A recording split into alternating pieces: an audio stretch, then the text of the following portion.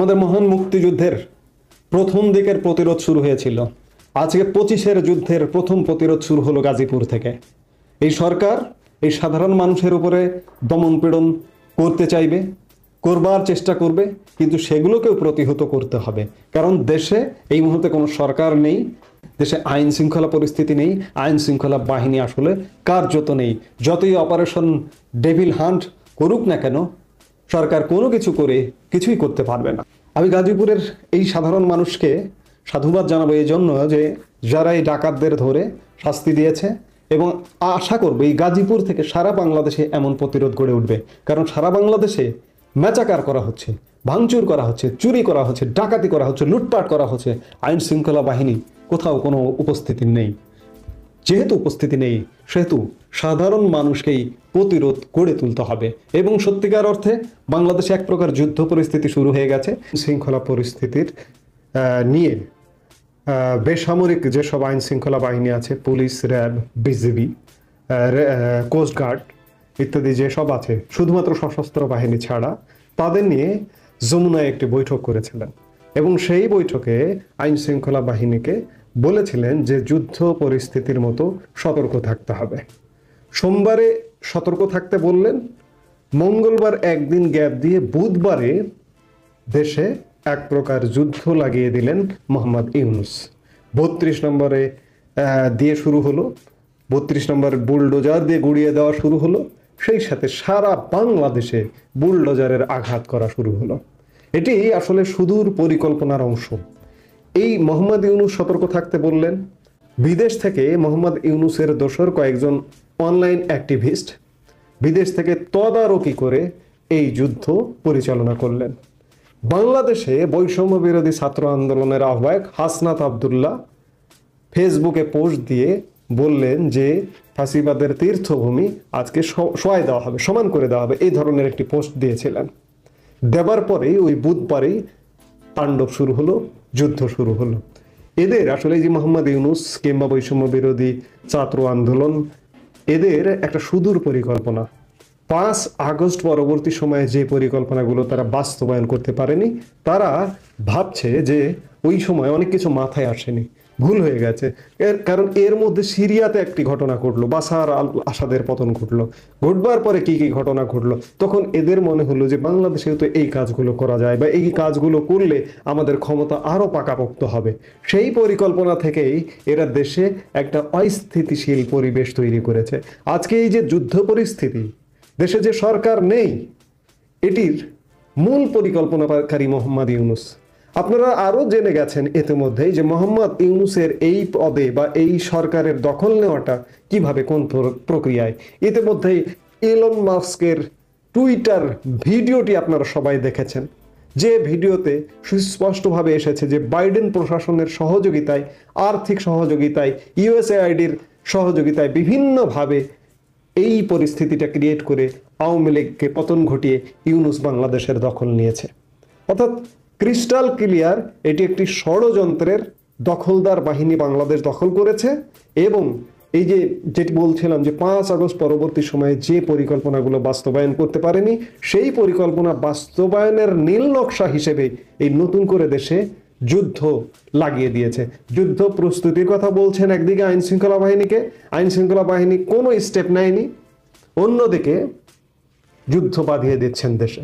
যুদ্ধ বাঁধিয়ে দিয়ে বিপ্লবী সরকার, সংবিধান স্থগিত, রাষ্ট্রপতিকে অপসারণ, এই কর্মসূচিগুলো, এই এজেন্ডাগুলো বাস্তবায়ন করবার জন্যই এই কাজগুলো করা হয়েছে। আমি আগের বক্তব্যে বলেছি, আগের ভিডিওতে, আমি গতকালকের ভিডিওতেও এমন ইঙ্গিত দিয়েছি, কিন্তু সার্বিক বিচার বিশ্লেষণ করে, সার্বিক পরিস্থিতি বিশ্লেষণ করে দেখে এটি স্পষ্ট যে মোহাম্মদ ইউনূসের নেতৃত্বেই দেশে একটা গৃহযুদ্ধ বাঁধিয়ে দেওয়া হচ্ছে।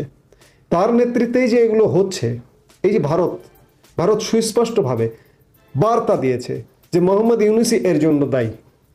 কারণ মোহাম্মদ ইউনূসের সরকার দেশে যুদ্ধ পরিস্থিতি কন্ট্রোল করতে পারছে না, কিন্তু ভারতকে বার্তা দিচ্ছে যে শেখ হাসিনা সেখানে আছেন, সেখান থেকে যেন বক্তব্য না দেন, এবং সেখান থেকে বক্তব্য দেবার কারণেই দেশের আইন শৃঙ্খলা পরিস্থিতি অবনতি হচ্ছে।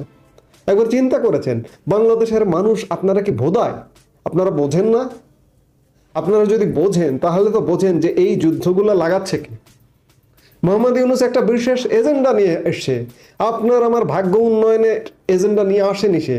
আপনার আমার দেশের অর্থনীতির কি হলো সেটি এজেন্ডা নিয়ে আসেনি। তার আগমনটাই একটি ষড়যন্ত্রের অংশ। এই ষড়যন্ত্রের অংশ হিসেবে বাংলাদেশকে একটা ব্যর্থ অকার্যকর রাষ্ট্র পরিণত করে মোহাম্মদ ইউনূস টুপ করে পালিয়ে যাবে, তারই প্রচেষ্টা চলছে।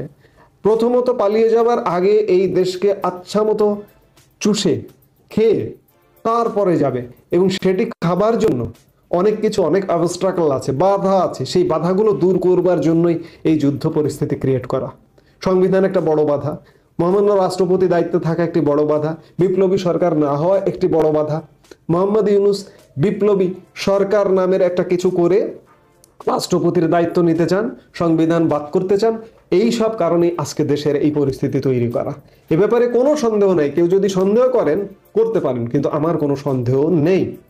তবে সাথে এ কথাও বলবো যে মোহাম্মদ ইউনূস এই যাত্রায় ব্যর্থ হয়ে গেল, এবং এই ঘটনাটি ঘটাবার ফলে মোহাম্মদ ইউনূসের বিদায় ঘণ্টাটি খুব শীঘ্রই বাজবে।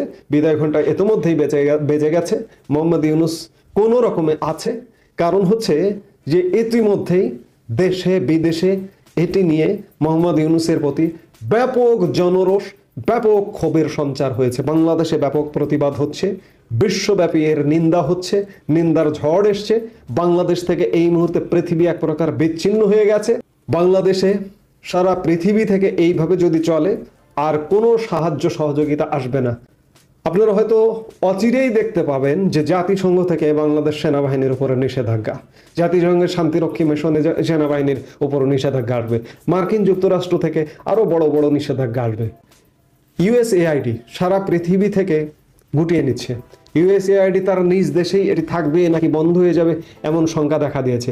এরই মধ্যে বাংলাদেশে ইউএসএআইডির যে কর্মীরা ছিল তারা গত বৃহস্পতিবারে যারা অবশিষ্ট ছিল তারা কিন্তু সবাই চলে গেছে। এভাবে আমেরিকা যদি চলে যায়, সারা পৃথিবীর যত ডোনার এজেন্সি আছে, সাহায্য সংস্থা আছে, বাংলাদেশ থেকে গুটিয়ে নিয়ে সব চলে যাবে। মানুষ কর্মহীন হয়ে যাবে, কারণ এই ডোনার এজেন্সিগুলোর ডোনেশন দিয়ে বহু প্রতিষ্ঠান চালু ছিল, সেই প্রতিষ্ঠানগুলো বন্ধ হয়ে যাচ্ছে, প্রতিষ্ঠানের কর্মীরা ছাঁটাই হয়ে যাচ্ছে। অর্থাৎ সামাজিক অস্থিরতা, একদিকে যুদ্ধ আর একদিকে সামাজিক অস্থিরতা ইতিমধ্যে শুরু হয়ে গেছে। কাজেই বাংলাদেশ, আমি বারবার বলি, বাংলাদেশ দখল হয়ে গেছে। এই দখল থেকে পুনরুদ্ধার করতে হবে। মোহাম্মদ ইউনূসের নেতৃত্বেই এই দখলদারিত্ব চলছে। এই ইউনূসের এই দখলদারিত্ব থেকে বাংলাদেশকে মুক্ত করতে হবে যে কোনো মূল্যে। আর সময় নেই। 5 ফেব্রুয়ারি থেকে বাংলাদেশে ব্যাপক তাণ্ডব চলছে, মেচাকার চলছে, ভাঙচুর চলছে, বাংলাদেশের গায়ে বুলডোজারের আঘাত চলছে, বাংলাদেশকে পুড়িয়ে কয়লা করবার একটি প্রচেষ্টা চলছে। এত প্রচেষ্টা, তারপরেও অপারেশন ডেভিল হান্টের কোনো খবর নেই।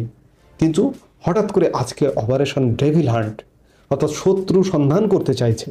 কে শত্রু? কে আসলে শত্রু? তো সরকার, এই দেশের শত্রু, এই মানুষের শত্রু।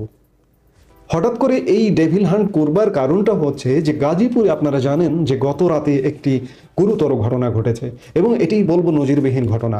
এই ঘটনাটি একের পর এক সারা বাংলাদেশে ঘটিয়ে যাওয়া হচ্ছে, সারা বাংলাদেশে তাণ্ডব চালানো হচ্ছে, কোথাও কোনো প্রতিরোধের মুখে পড়েনি।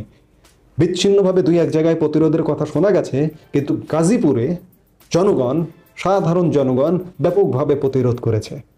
আপনারা জানেন যে সাবেক মুক্তিযুদ্ধ বিষয়ক মন্ত্রী, আওয়ামী লীগ নেতা আকামা মোজাম্মেল হোসেনের বাড়িতে গতকাল ব্যাপক লুটপাট ভাঙচুরের জন্য স্থানীয় ছাত্র এবং সমন্বয়করা গিয়েছিল, এবং তারা ব্যাপক লুটপাট করতেই গিয়েছিল। লুটপাট করতে যাবার খবর পেয়ে স্থানীয় লোকজন মসজিদের মাইকে ঘোষণা দিয়ে এই লুটপাটকারীদের ধরে গণপিটুনি দিয়েছে, এবং এই গণপিটুনি দেবার ফলে এই সমন্বয়করা গুরুতর আহত হয়ে গাজীপুরে স্থানীয়ভাবে চিকিৎসা তো নিচ্ছেই, সেই সাথে ঢাকা মেডিকেলে পর্যন্ত তাদেরকে পাঠাতে হয়েছে। কিন্তু এই সমন্বয়কদের পক্ষ থেকে বর্ণনা করা হচ্ছে যে ওই বাড়িতে ডাকাত পড়েছিল, এই ডাকাতদের বোঝানোর জন্য সেখানকার স্থানীয় সমন্বয়করা গিয়েছিল। আপনি বাংলাদেশের মানুষ, আপনাকে আর কতভাবে বোঝাবে, কতভাবে ব্রেন ওয়াশ করবে?